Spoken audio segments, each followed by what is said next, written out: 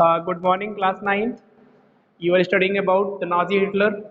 Total revision आज हम इसका करा देंगे। ओवरऑल वर्ल्ड व्यू जो भी है उसका हम दे देंगे, कैसे इसकी शुरुआत हुई और कैसे नाजी जो है एक पावर में आया और कैसे एडोल्फ हिटलर पूरी दुनिया के तानाशाह इन्होंने क्लेम कर दिया। पूरी दुनिया के तानाशाह बनने का मतलब एक जज्बा उनके अंदर आ गया और वो बन भी गए। और कैसे इनको एंड हो गया, कैसे इनका एंड हो गया, ये अपन लोग आज इसको पूरा कंप्लीट कर लेंगे। तो ओवरऑल इसकी कहानी अब दिमाग में रहनी चाहिए, पूरी की पूरी स्टोरी दिमाग में रहनी चाहिए, तभी आगे का एक लर्न करने का कोई इशू नहीं होता कि हम लर्न कर लेंगे, रट डालेंगे, नो। तो सबसे पहले हम लोगों ने पढ़ा था कि हिटलर का जन्म हुआ था 1889 इन ऑस्ट्रिया। इनका जो चाइल्डहुड था वो भी बहुत पुअरनेस में था, और जब ये बड़े हुए तो इनका जीवन बड़ा स्ट्रगलिंग था, और स्ट्रगलिंग के लिए ये बहुत पुअर फैमिली से और मीडियम फैमिली से बिलोंग करते थे। And overall surviving the family he join the army post of messenger. इनको जो पोस्ट मिली वो मैसेंजर की मिली, इन्होंने आर्मी ज्वाइन कर ली और धीरे धीरे इनका जो काम था वो एक लोगों को बड़ा अच्छा लगा। लोगों को मतलब होता है कि वहाँ के जो ऑफिसर्स थे उन्हें अच्छा लगा, और इसके साथ साथ हिटलर का जो वर्क है वो पावर में आया और लोगों के सामने भी आया। इसके साथ और जो उनका यूथ है वो बहुत गरीबी में भी था। हम बता ही चुके हैं कि इनका परिवार में एक ऐसे पुअर और मीडियम परिवार में इनका जन्म हुआ था। इनका जो यूथ है वो बहुत गरीबी में गया। इसके बाद the defeat of Germany horrified him at the Versailles treaty made the furious 1919। जब जो बर्सले में ट्रीटी हुई थी फर्स्ट वर्ल्ड वॉर के बाद, ये बहुत अहम मुद्दा है।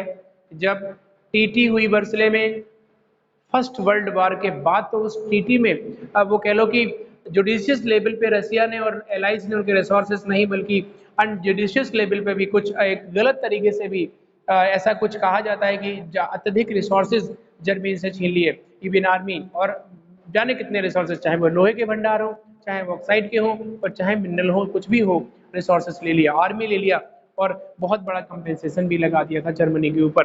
तो हो सकता कि वो खिसिया गए होंगे। डेफिनेटली ये चीज़ हो सकती है जब इलीगल तरीके से आप किसी भी अब जो है क्राइम पे जाते हैं, तो हो सकता है आदमी बौखला जाए, तो ये भी एक रीज़न हो सकता है। इसके बाद हिटलर ने 1923 में बावेरिया पे हमला करने की जो है जुगाड़ बनाई, लेकिन वो फेल हुए। इसके साथ साथ इन्होंने जो है एक पार्टी को भी ज्वाइन किया, और उसका पार्टी का नाम था कहना चाहिए जर्मन वर्कर्स पार्टी जो है ज्वाइन करी। इसके बाद उसका नाम बदल के national socialist German worker party हो गया। इसके बाद फिर उस पार्टी का नाम हो गया Nazi party. Overall Nazi party एक नाजी कॉन्सेप्ट के अकॉर्डिंग चलती थी, और नाजी कॉन्सेप्ट आपको पता है कि हिटलर की विचारधारा या नाजी की विचारधारा सेम थी, इक्वल थी, कोई डिफरेंस नहीं था। और नाजी चाहते थे, हिटलर चाहते थे कि पूरी दुनिया से सबसे अच्छा राष्ट्र हो जर्मन। और वो कैसे होगा?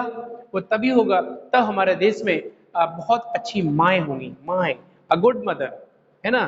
तो उन्होंने सबसे पहले ये मैं बताना चाह रहा हूँ कि आपको जर्मन वर्कर्स पार्टी 1919 में जर्मन वर्कर पार्टी, आज डेट पे चलेंगे, German workers party.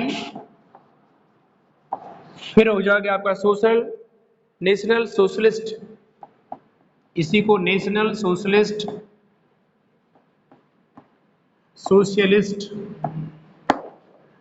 German workers party हुई, और इसी को कह दिए बाद में नाजी पार्टी। तो ये रिनेम होते चले गए, ये समस्या, ये जो रिनेम्ड है, ये पॉलिटिकल पार्टी के नाम है बदलते चले गए। हिटलर ने इसको 1919 में ज्वाइन किया था। हिटलर ज्वाइन द पार्टी, है ना, इन 1919, और ये पार्टी का नाम बदल के इतना हो गया। इसके बाद जब ये पार्टी इलेक्शन में आई तो इसको 2.6 यानी 2.6 का मतलब होता है कि 19, यहाँ पे लिख लीजिए कि नाजी पार्टी को 1928 में आपको 2.6% वोट मिले थे नाजी पार्टी को, क्योंकि नाजी पार्टी इलेक्शन में आ गई थी। और एडोल्फ हिटलर जब मैसेंजर थे तो उनके काम से प्रसन्न हुए लोग, और उन्हें मैसेंजर से हटाकर एक बहुत ब्रेव एक व्यक्ति बन गया। इसके बाद वो चांसलर की पोस्ट के लिए भी जो है इनवाइट, हिंडेनबर्ग ने उसे चांसलर की पोस्ट के लिए इनवाइट भी कर दिया था, आपको पता होगा। इसके आगे हम बता देंगे पूरी बात 1993 में हिंडेनबर्ग करेंगे। इसके साथ ही 2.6 के बाद 37% वोट 1930, ये 1932 में इनको मिले थे, आपको बता दें 32% वोट, और इसमें मिले थे 2.6% वोट। तो Nazi party become a large party in Germany. सबको मेरी बात समझ में आ गई ना? नाजी पार्टी इलेक्शन हेल्ड करी 1928 में, 2.5 से ज्यादा परसेंट वोट मिले। इसके बाद 1932 जब इलेक्शन कंटेस्ट किया तो 32% वोट मिले और ये लार्जेस्ट पार्टी हो गई। अब हिटलर की जो तरक्की संभव थी क्योंकि नाजी पार्टी जीत चुकी थी। अब हिटलर वहाँ के कहना चाहिए कि पूरी तरीके से हेड हिटलर ही थे। इसके साथ साथ Hitler was a powerful orator, मैंने बताया भी था कि एक पावरफुल ओरेटर थे हिटलर, आपको बता भी दें। चलिए, पावरफुल ओरेटर का मतलब होता है ओरेटर एक बहुत शक्तिशाली वक्ता। बोलते हैं कि जो कोई जितना अच्छा सुनता होता या अच्छा गुड लिसनर होता या गुड राइटर होता, वो उससे भी बढ़िया बोलता है। स्पीकर है ना, तो ओरेटर या वक्ता या स्पीकर, तो वही कह रहे हैं कि अगर कोई व्यक्ति जितना अच्छा बोलेगा, no need of the message, मैं लिख दिया हूं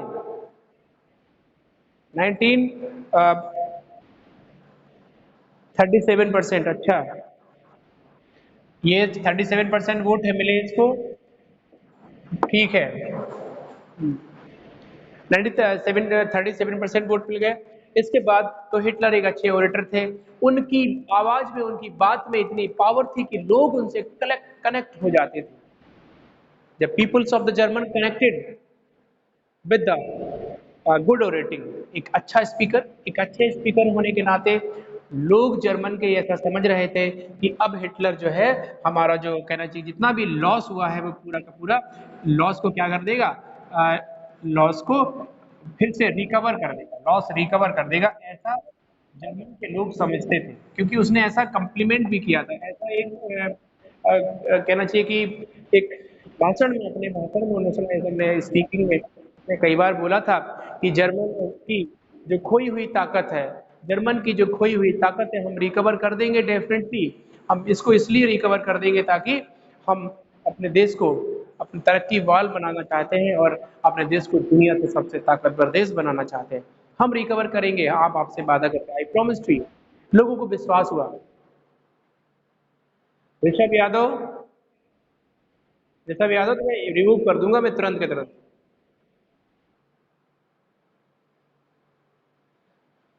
लॉस लॉस को रिकवर करेंगे, रिकवर करने की जिम्मेदारी एडोल्फ हिटलर के हाथों में थी, तो इसीलिए हिटलर की पावर बढ़ती चली गई।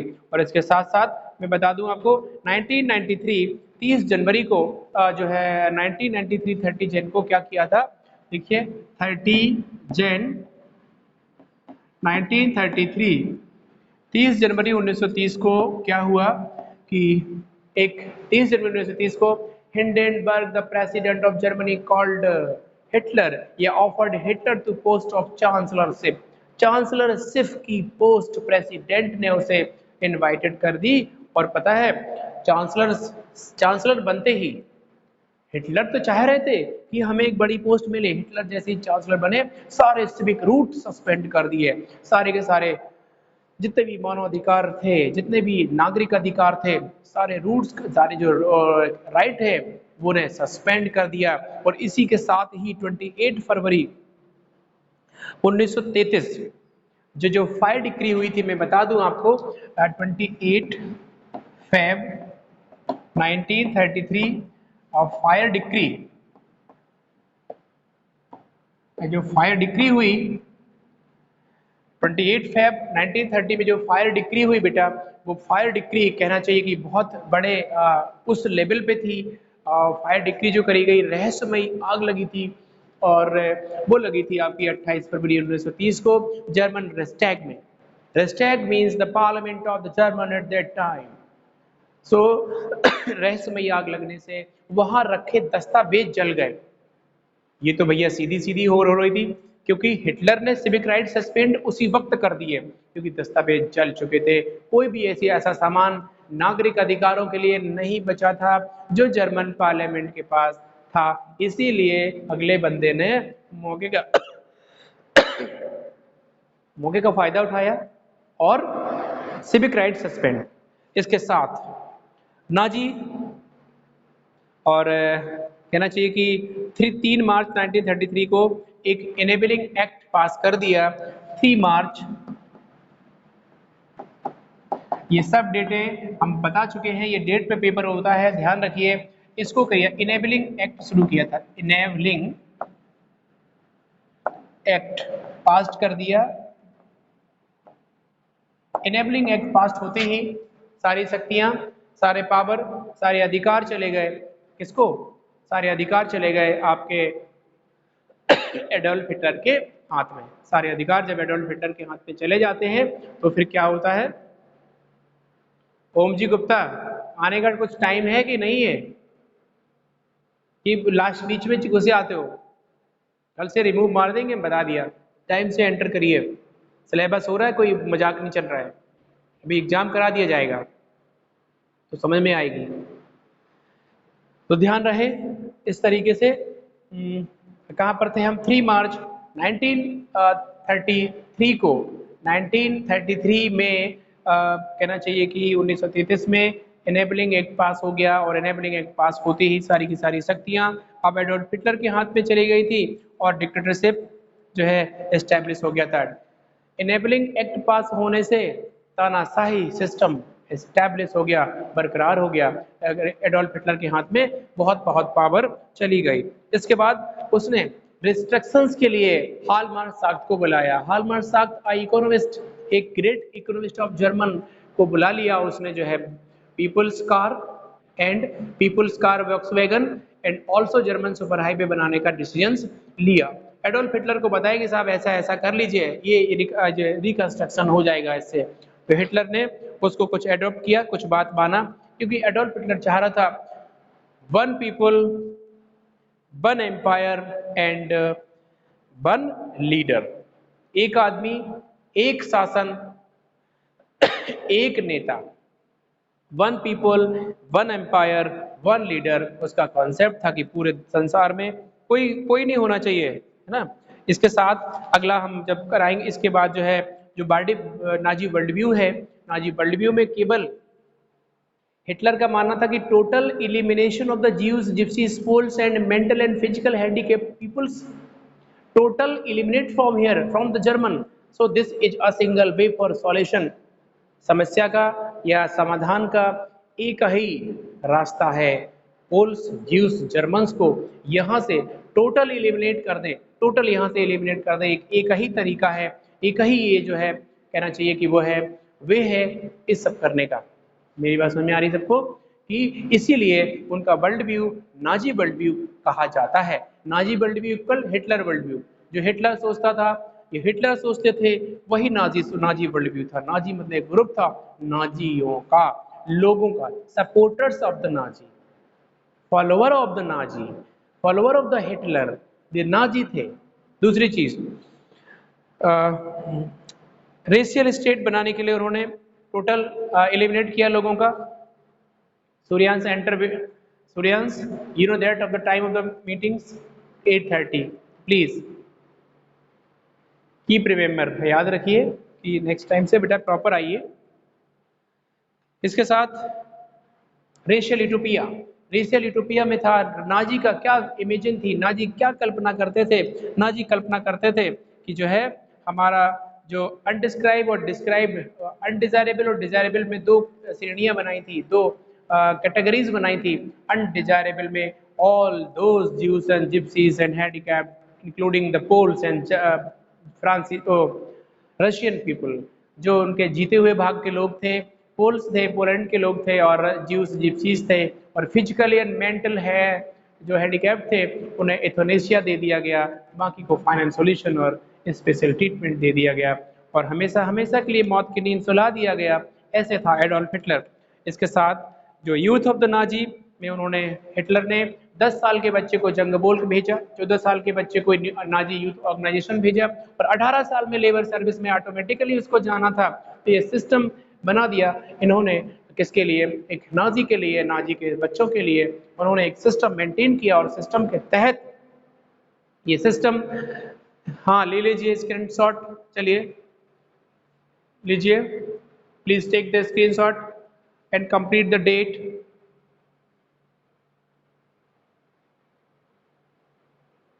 ओके, इसके साथ जो नाजी का जो कहना चाहिए कि वर्ल्ड व्यू है वो पूरा हो गया।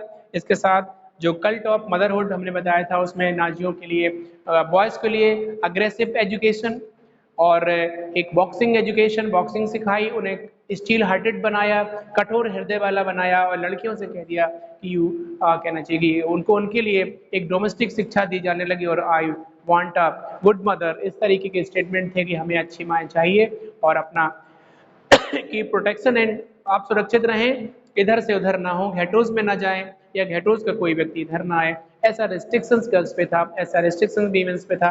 नाजी वीमेंस की बात कर रहे हैं, नाजी वीमेंस को बहुत रिस्ट्रिक्शंस के अंदर रहना पड़ रहा था। सो ये नाजी वर्ल्ड व्यू था। मदर खुल्ट के लिए उन्होंने कह दिया कि हम गोल्ड मेडल भी देंगे, सिल्वर भी देंगे और ब्रॉन्ज भी देंगे अकॉर्डिंग टू द चिल्ड्रन। 4, 6 और 8। और नाजी आर्ट ऑफ प्रोपेगेंडा में हम बता दें आपको कि नाजी ने कभी भी मर्डर और मास किलिंग जैसे शब्द का प्रयोग नहीं किया। उन्होंने फाइनेंसोलेशन, स्पेशल ट्रीटमेंट, एथोनेसिया प्रोग्राम जैसे वर्ड का प्रयोग किया एंड जो बाथरूम वहाँ के थे उसमें शॉवर, फेक शॉवर लगे हुए थे, फेक फव्वारे लगे हुए थे, लेकिन वो कंसंट्रेशन कैंप था, वहाँ लोगों को मार दिया जाता था, गैस चैम्बर्स थे वहाँ खत्म किया जाता था। तो ऐसा था एडोल्फ हिटलर। बेटा ये लेसन और ये लेसन फिनिश हो गया। ओके।